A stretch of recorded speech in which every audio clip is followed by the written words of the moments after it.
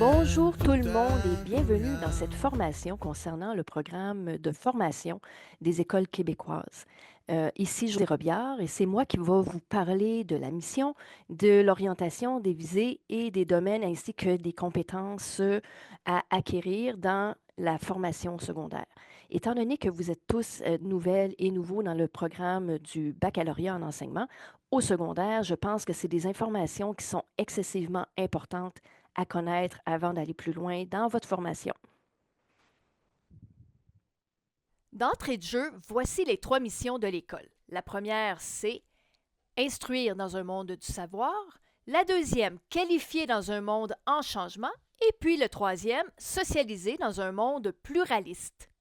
Il y a également 3 visées de la formation.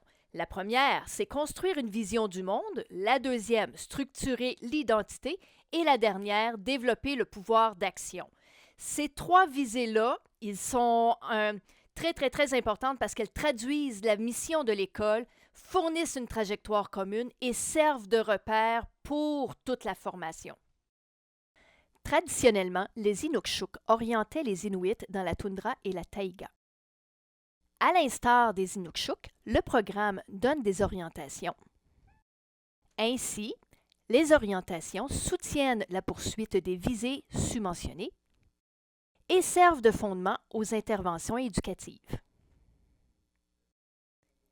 Le programme, donc cette boussole, conduit vers la réussite pour tous, vers une formation décloisonnée, vers une formation centrée sur le développement de compétences et vers les évaluations qui sont au service de l'apprentissage. Il est maintenant temps de parler des domaines généraux. Les domaines généraux, ce sont les grandes intentions éducatives et les axes de développement.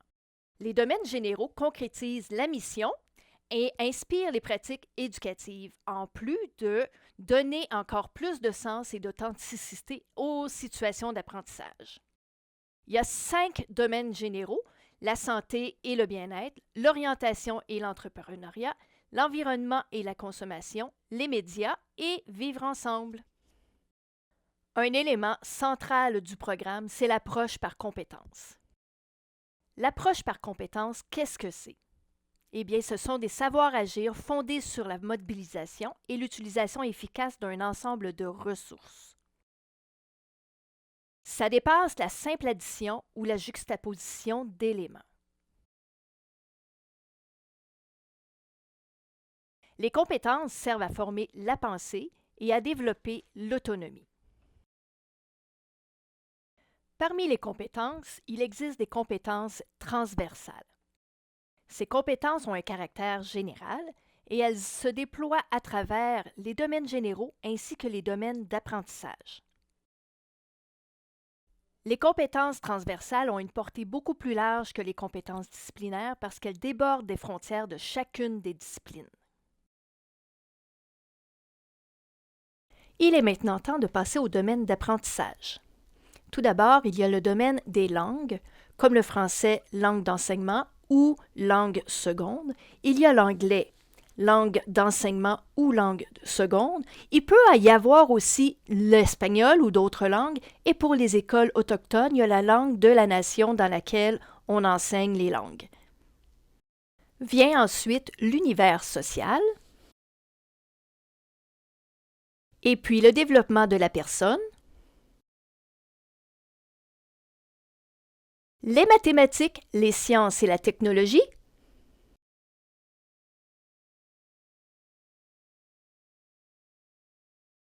Les arts.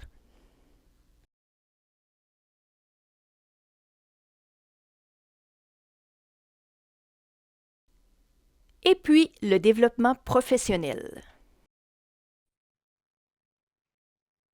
On parle maintenant d'interdisciplinarité. Ouf, quel mot difficile!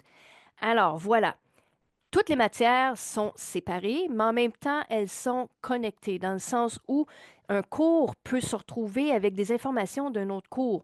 Par exemple, si je prends un cours de sciences, mettons chimie, si tu n'as pas une base en mathématiques, tu vas avoir de la difficulté en chimie, c'est sûr et certain, parce qu'il y a énormément de calculs à faire en chimie. C'est pareil en mathématiques. Si tu n'as pas ton français, tu n'auras pas de les outils nécessaires pour pouvoir comprendre les questions et pour pouvoir résoudre les problèmes qui nous sont proposés. La même chose avec le cours d'histoire. Il y a énormément de textes à lire, mais encore là, il y a toute une question de différentes choses qui se passent en histoire, qui peuvent se retrouver en mathématiques, qui peuvent se retrouver en sciences. Alors, c'est super important de comprendre que tous les cours, oui, sont séparés, mais en même temps, ils sont interconnectés, même en éducation physique et en arts plastiques. Si le, le le programme est bien suivi et bien compris, tout ça va ensemble. Surtout le français. Ça se retrouve partout.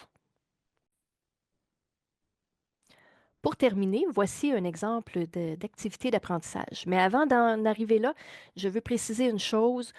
J'enseigne dans une école autochtone. Pour celles et ceux qui iront enseigner dans une école autochtone, les écoles autochtones relèvent du fédéral et non pas du provincial. Donc, ça se peut que, à l'endroit où vous enseignez, le programme du ministère ne soit pas respecté à la lettre, qu'il y ait des modifications pour accommoder la communauté où est-ce que vous enseignez.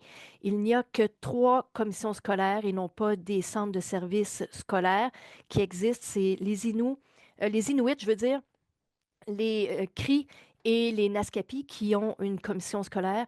Les autres nations ont leur école relève du conseil de bande, même s'il y a des organismes qui les chapeautent un peu. Cela dit, dans une école autochtone, il faut adapter nos enseignements. Je prends l'exemple de secondaire 4 en français. Moi, j'enseigne le français au secondaire, de secondaire 1 à 4, et le cahier qu'on utilise en secondaire 4, qui est MAG 4. Il n'y a qu'un seul texte dedans qui parle de la culture autochtone. En fait, c'est même pas de la culture, c'est une question sociale par rapport à Hydro-Québec. Alors, c'est important d'en ajouter parce que c'est pas assez. Un seul dans l'année dans une école autochtone, c'est pas assez. Il faut en ajouter. Ne pas se concentrer uniquement là-dessus, mais il faut amener des éléments qui les touchent. Un exemple rapide que j'ai vécu dernièrement, que j'ai fait une pierre deux coups. On a regardé un documentaire concernant la rivière Magpie, la possibilité de construire un barrage hydroélectrique. Donc, mes jeunes ont lu un texte concernant la rivière Magpie et ensuite de ça, on a regardé la vidéo concernant la rivière Magpie et la possibilité de construire un barrage dessus. Et puis ensuite, j'ai posé des questions que voici, je vais vous les montrer via le tableau blanc. Attendez un instant.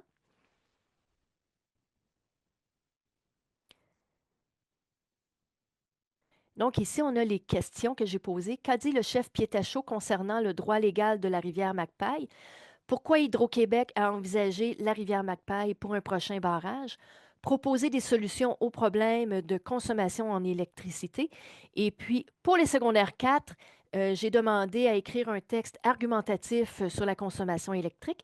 Pour les secondaires 5, j'ai demandé une lettre ouverte parce que l'examen final du ministère, c'est une lettre ouverte. Donc, il devait écrire une lettre ouverte au président de Hydro-Québec pour le dissuader de construire un barrage sur la rivière Magpie. Voyons. Ainsi, avec un seul élément, j'ai réussi à aller chercher toutes les compétences en français. L'oral par la vidéo, ensuite l'écriture par la réponse des textes et la rédaction des textes également, et puis la lecture en lisant le texte. Tout ça tournait autour de la même thématique et j'ai été chercher les 3 compétences en français. Voilà. J'espère que vous avez apprécié cette vidéo. J'espère que vous avez apprécié les informations que je vous ai transmises et que cela va vous être très utile dans le cheminement que vous avez entamé en enseignement et comme professionnel plus tard.